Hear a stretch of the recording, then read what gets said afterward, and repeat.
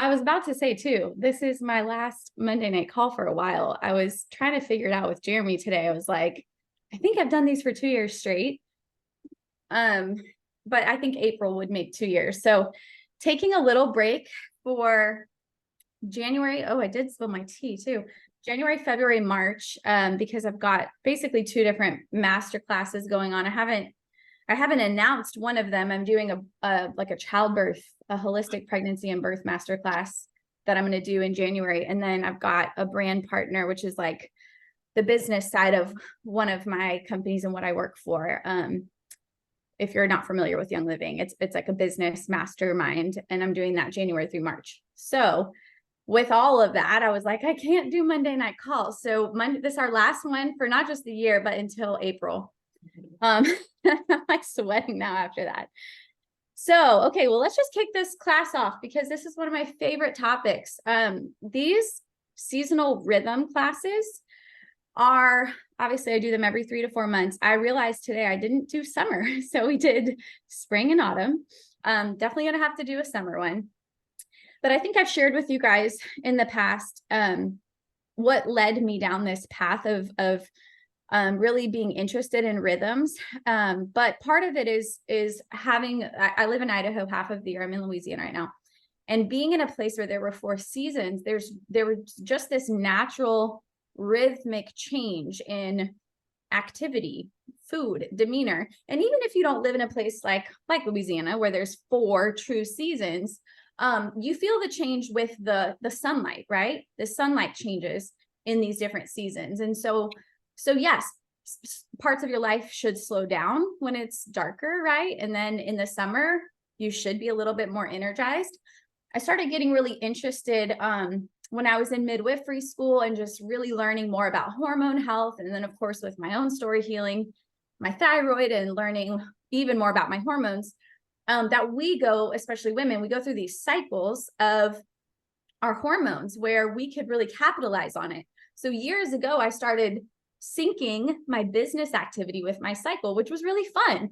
Like when you're ovulating, you're really you've got energy and you're essentially more attractive and more convincing, and that's a really good time to be creative and to give presentations. And when you're menstruating, everything inside of your body is actually telling you to rest and slow down and go inward. And so that was years ago. That was kind of like the midwife inside of me was like, whoa, we could really if we could tap into like the rhythm of our female cycle, there's something there. Fast forward a few years, I got really into, and I still am learning this and really just can't get enough of it, but learning about a whole entire other calendar that I never knew existed called the Hebrew biblical calendar, which is a calendar based off the moon. And so this is actually one of the books that I learned from a lot. It's called Healing in the Hebrew Months, a biblical understanding of each season's emotional healing. And learning about the rhythms of what God has for us in each month, biblically speaking, historically speaking. Another book I'm going to pull from tonight is called Staying Healthy with the Seasons. This was something when I was pursuing naturopathic doctor school that I put on hold, was one of our required reading materials. And this one actually comes from more of a like an Eastern Chinese medicine approach. But I really appreciate the holistic view of basically bringing in nature and living in harmony with whatever God has for in the season on earth is probably for us. And we should explore that a little bit. So there's a million rhythms you could go into. I'm kind of tapping into a little bit of all of these things when I teach these seasonal classes. So I'm trying to look at how can we work with nature, not work against it? What does God have for us in this season as far as food, activity, and so forth. Here's a little quote from this book that I really like. It says, it's time to assume total responsibility for how you feel on a day-to-day basis. Health begins with becoming aware of your energy and its balance, what you take in and what you put out. What's important is learning to listen to yourself from the inside so you do not have to become ill to change your life. So staying healthy with the seasons is all about preventative health, about staying on top of things, about listening to what your body needs and changing and adapting with this season. And when we don't do that, when we overextend ourselves, when we don't live in that state of preventative health, our immune systems get to a very susceptible point where we're always in contact with stuff, you guys. We're always in contact with viruses and bacteria and mold, but there's times where you're going to be more susceptible to become ill and times where your immune system is strong and not susceptible. And so how can we live in a place where essentially, obviously, we can't avoid sickness, right? We don't live in a bubble, but we can really stay on top of this in a preventative way and eliminate a lot of the unnecessary sicknesses. I don't know about you guys. Sorry, just press mute. I heard a really cute little baby voice. Everyone I know is sick right now, and their children are sick right now. And I saw something from my friend on Instagram that called it, she said, it's not flu season, it's sugar season. And I thought, man, that's so true though. We're doing this to ourselves. We're giving our bodies things that are not helping the case, right? So that when things are going around, we're more susceptible. Let's talk about winter. Okay, so what winter in balance looks like, and this is straight from this book, Staying Healthy with the Seasons. Winter in balance looks like keeping warm, and I don't necessarily mean in the environment, but moving your body, energizing in a way where your core, your circulation is warm, staying quiet, sleeping well, being at home, looking within, preserving, giving. Imbalance in winter looks like being overactive, late nights and parties, lack of rest and sleep, dissipation, frustration, and hoarding. Okay, so here's some things that I'm exploring. This is basically what I'm going to walk through tonight. I won't go in depth with all of this. The Hebrew month is Kislev. I will mention just a little bit about that because I thought that there were some very interesting similarities in these two books. The spiritual focus in this month is dreaming. So we'll talk about that. The emotion that comes up the most in these months is fear. And this, I don't know how familiar you guys are with this concept. I have teachings on this on my YouTube channel, but there's stored in our body, we can store emotions in different organs and different cells. This is actually biblical too. But as we're talking tonight about like bladder and kidneys, there's some things that can get stored in these parts of the body. The diet focus for winter is warming and substantial foods. We'll get into specific foods and even some sample meals. The organs this month that you want to focus on supporting, or not this month, sorry, this season, are your bladder and your kidneys. If you're familiar with like Chinese medicine, each organ has kind of a reset period. When that organ is out of balance, during that time of day, you'll either feel really emotional or weird or have some sort of issues pop up. For the bladder, that's between 3 and 5 p.m. And for your kidneys, that's between 5 and 7 p.m. The element in winter is water. That's also kind of a Chinese medicine thing, but we'll talk more about that because that goes hand in hand with kidneys and bladder. Herbs for this season, marshmallow, burdock, and ginseng. I'll talk about a few more. And then essential oils and supplements, of course, thieves, ginger, and K and B. If you don't know what these are, I'm going to talk about them.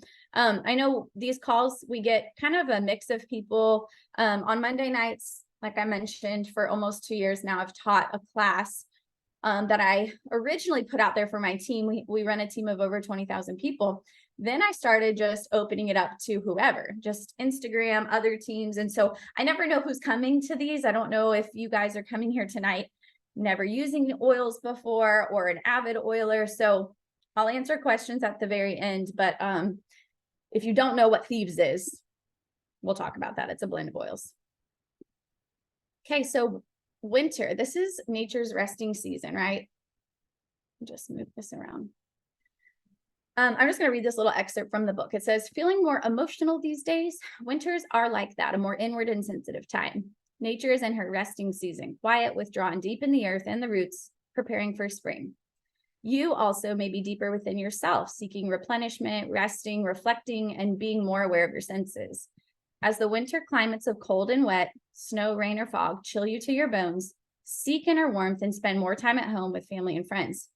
And y'all know this, December 21st is the first day of winter and the longest night, right? That's the winter solstice. So it's going to gradually get darker and darker. And the 21st is the longest day of winter, longest night.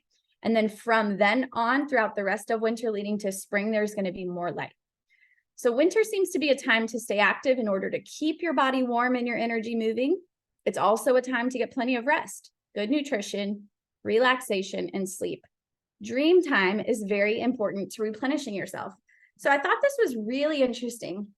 I kind of pull from different sources when I'm learning, especially rhythms. I look for trends, and these books could not be more different from each other. Okay, so the first book that I mentioned is about healing in the Hebrew months. This is like a biblical emotional healing book. This is like Eastern Chinese medicine. These are very, very different philosophies. However, they always go hand in hand, and I find that so fascinating. Both of them mention this time of year and winter. There's this common theme of dreaming, which makes sense because it's the longest darkness, right, of the year, when we should technically be sleeping more. So let me tell you about this Hebrew month. If this is so unfamiliar to you, it's crazy to me that there's a whole other calendar out there that we never knew. Our calendar that we use, our Gregorian calendar, is based on the sun. This Hebrew calendar is based on the moon. They're similar, but they're completely different. So I'm strictly talking to you about the emotional aspect of this month. And I'm talking from like a historically biblical point of view. This is the only slide I'm doing this on, and then we'll get into the other health stuff. So Kislev is the season when the days progressively get darker, right? We're in the dead of winter. It's the days have some of the shortest daylight. Winter solstice is coming near the end, yet it's also the month that Hanukkah begins, the festival of lights. If you're not familiar, I am a Jesus-loving Christian, and we celebrate Hanukkah. We did not realize until last year that Jesus celebrated it. So we're kind of incorporating so much into our lifestyle right now, but we love that he is the light. And so this is John 1:5, a reminder that the light shines in the darkness and the darkness does not overcome it. I love that the festival of lights is in the dead of winter. Kislev is also known as the month of dreams because the traditional schedule of scripture readings for this time contains more passages regarding dreams than any other season. So when I'm looking at like my week to week scripture reading, like in the month of Kislev, a lot of the passages, Old and New Testament, are talking about dreams. And this makes sense to me because the long night hours are perfect for the season to sleep deeply. And I don't know about you guys, the Lord has spoken to me in dreams my whole life, but I have had some very vivid, strange dreams this month and didn't know until I read this recently, like, oh, I need to be paying attention to this more. This gave me a couple of ideas. I just want to share this with you regarding dreams. I thought this was really cool. So it did say, and y'all, if you don't remember your dreams, I asked the Lord for them. Yes, I'll record it. I say, can you please give me dreams? I miss them. I haven't had them. I want you to speak to me in dreams. And he always answers that prayer. Okay, 2 things regarding dreams that I thought were a good idea. The first is to keep a dream journal next to your bed, because if you don't write down what you saw, you're going to forget. As soon as my feet hit the floor as a mom of three young children, my brain is in a million places. So like keeping a journal next to the bed is essential. Or of course you could like pull out the notes of your phone. You might not understand your dream in the moment, but write it down and it might come back around and mean something to you later. Another idea that I thought was really cool, and I just feel like this is very fitting for this time of year when a lot of people are going to be setting goals, right? Or if you do a dream board or a vision board type of thing. But this is an exercise where you come up with 100 dreams for your life. So listen to this. She says, dreaming isn't just about dreams in the night. It's also about the dreams of our hearts. Spend some time writing down dreams you have for yourself, your family, your home, job, finances, fun, ministry, friendships, any and all areas of life. Keep pressing in until you have 100 dreams. Then go back through them and look for patterns. And then you can see, are there areas of your life you struggle to dream? Are there areas you have no dreams at all? Do you have some dreams that are totally beyond your control and ability? Do you have God-sized dreams that only he can fulfill? And then just spend time praying through the list that you created and ask God what he has to say about your dreams and what dreams he has for you. And I thought that was so cool of an exercise. 100 dreams sounds like so much, But when you break it down into all these different categories of life, I feel like we could see some really cool patterns happening there. Okay, let me read this part at the bottom here. So it says Kislev is associated with the stomach.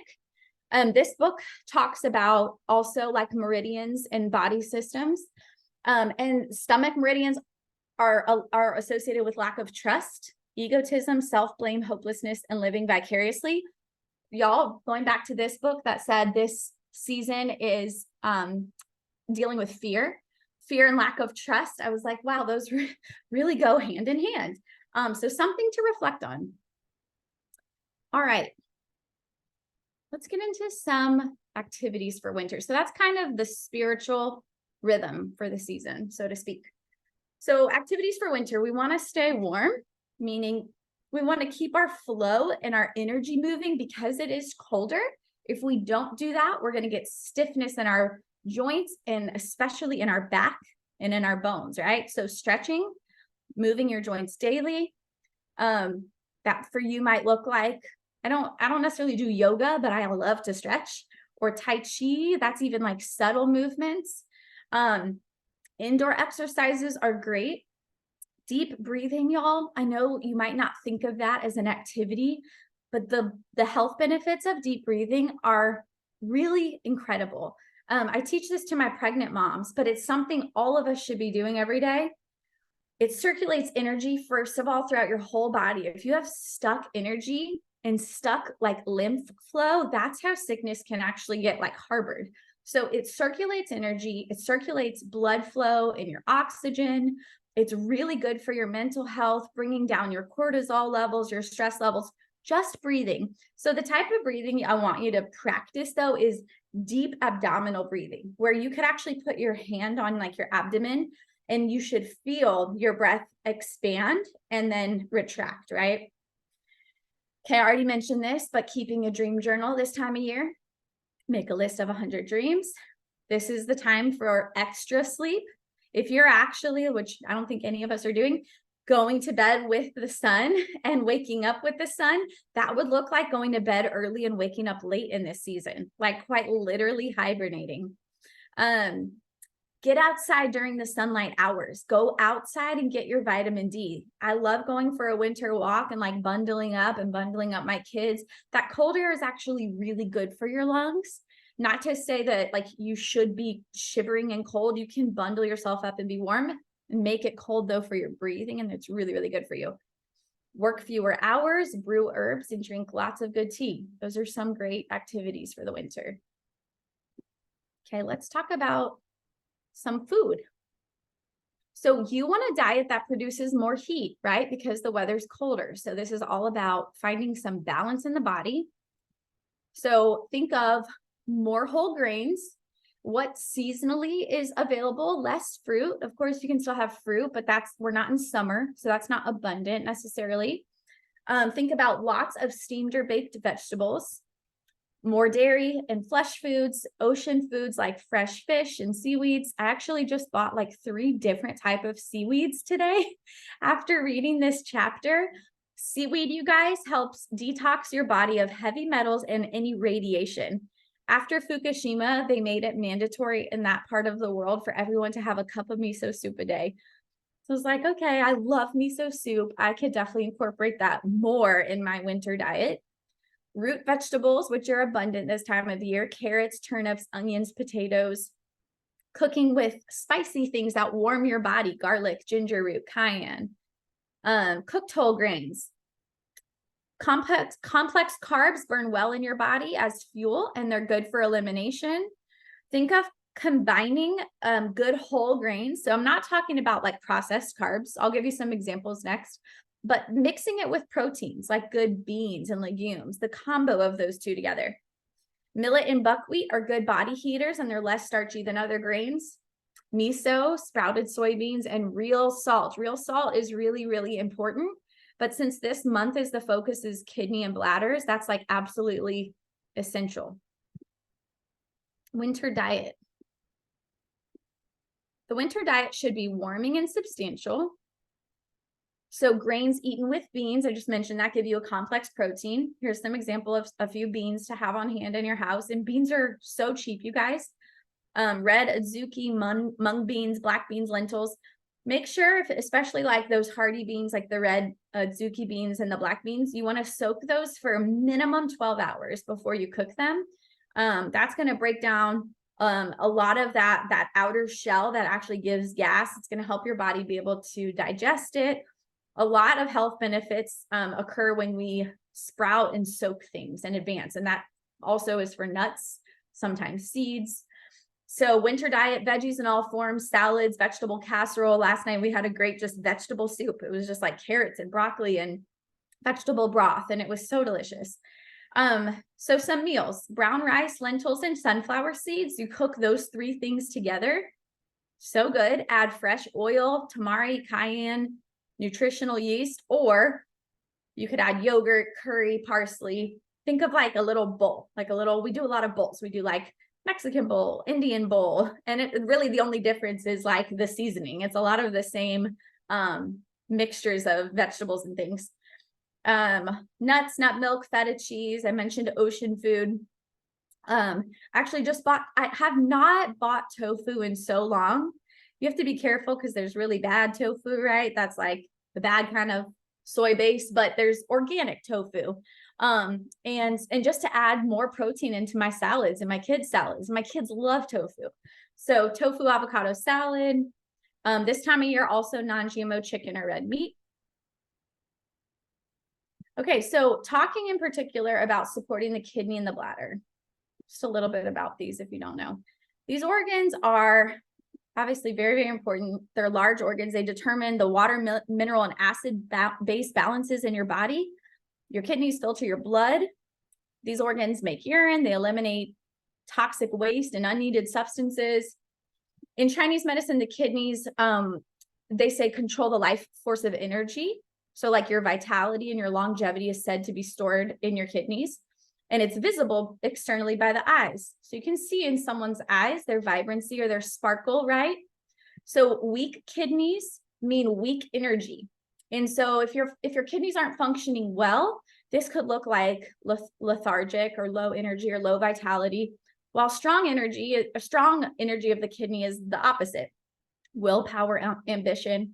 I thought this was interesting. You can actually evaluate like one of the like diagnostic tools in Chinese medicine for evaluating kidney health is looking at someone's eyes. So not just the sparkle in their eyes, but the clarity, the color, and the tone. If you see, or if you have like that blue bag around your eyes, your kidney, that's, around your eyes, that bag, swollen eyes, that is indicative of a kidney that's not functioning well, and that water salt imbalance.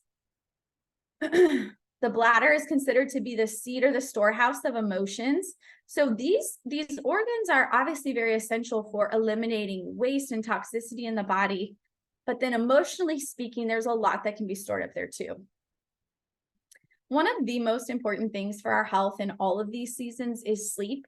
I actually just kept this slide from the last class from autumn, just because it's got good kind of overall pointers for sleep. But the winter is when we should be sleeping the most. And if we're not getting adequate sleep, that's going to be very reflective in our health, right? And in our energy. So sleep is good for your physical, mental, and emotional state. It's good. It's going to boost your immunity, your mood, and your cognitive function. Some pointers here, lower blue light exposure. So like what I'm doing right now, being on my laptop when it's dark at night, I do have lamps around. I should be wearing blue light glasses. On your phone, there's a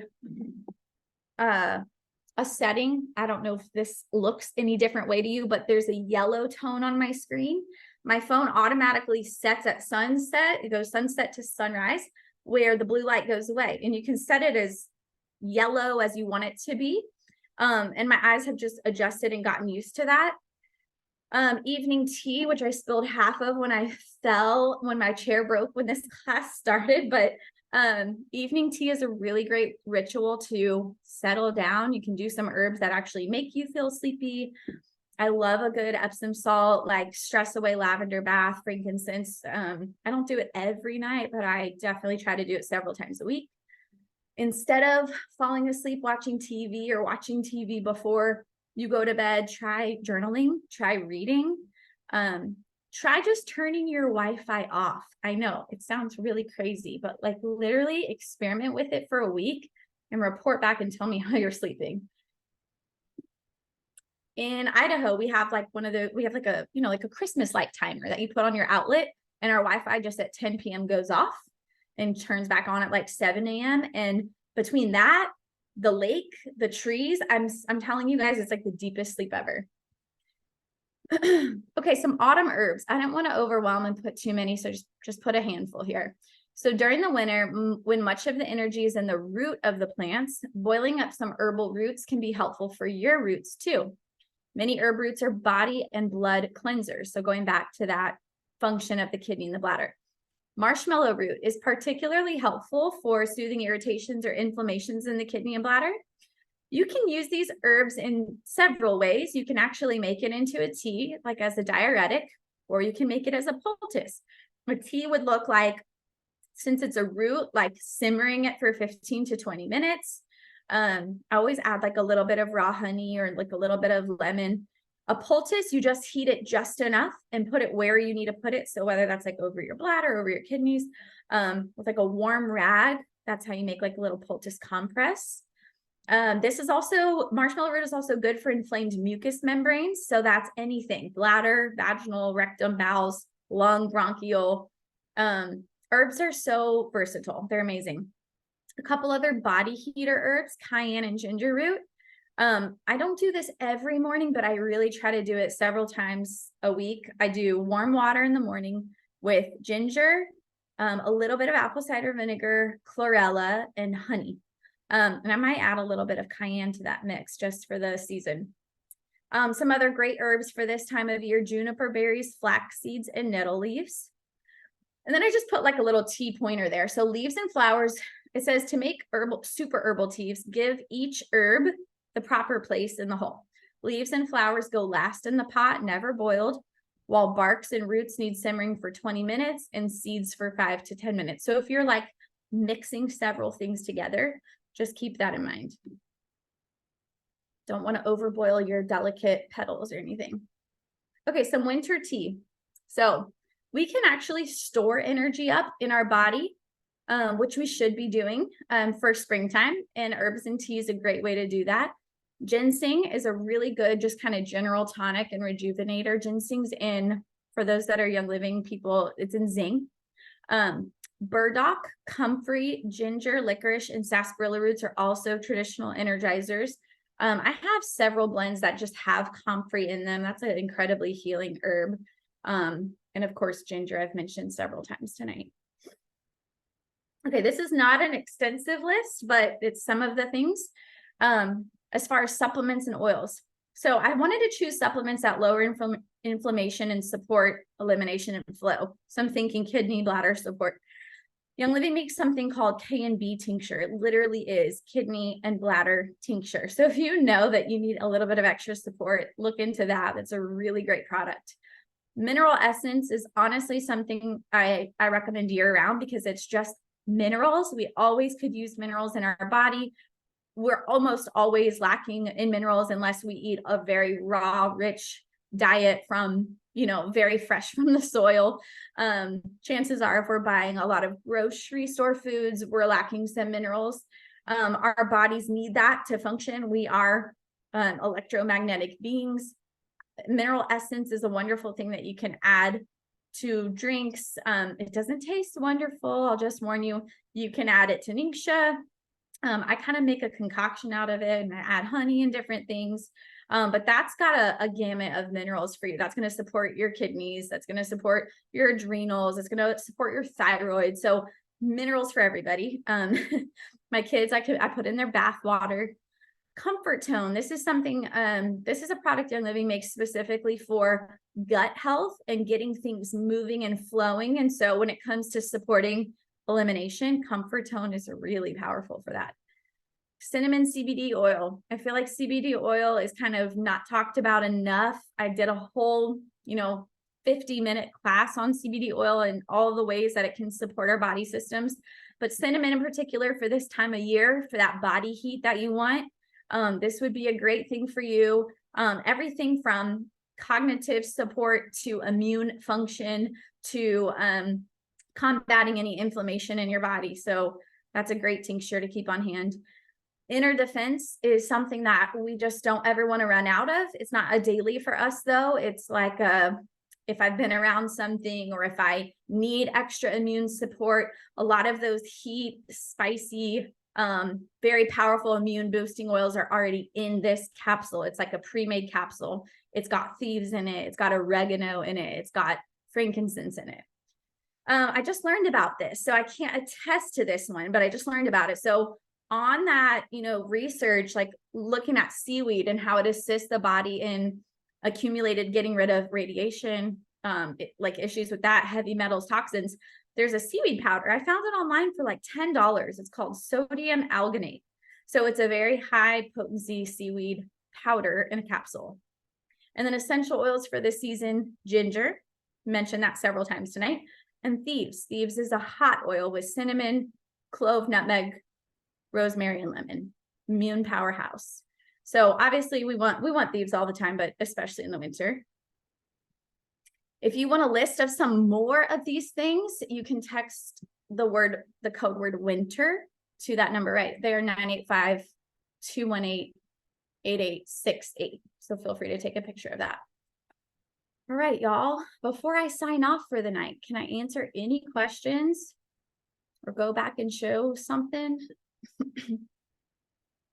Still can't believe I fell in the beginning of this class. Oh, Juliet, were you trying to unmute yourself?